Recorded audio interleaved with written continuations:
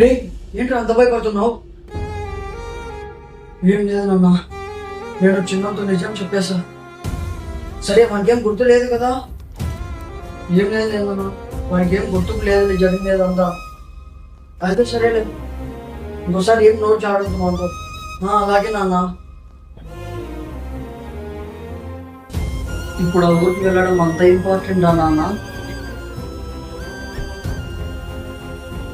తప్పదురా, ఊర్లో పరిస్థితులు అలా ఉన్నాయి. లేదు నాన్న, ఆ ఊరికి వెళ్ళడం నాకు అస్సలు ఇష్టం లేదు నాన్న. నాన్న ప్లీజ్ నాన్న, పన్నులు మళ్ళీ చూసుకున్నాం నాన్న, ఊరికి వద్దు నాన్న. మనం ఆ ఊరికి వెళ్తే మళ్ళా వాడిని చంపేస్తాడు నాన్న వాళ్ళు.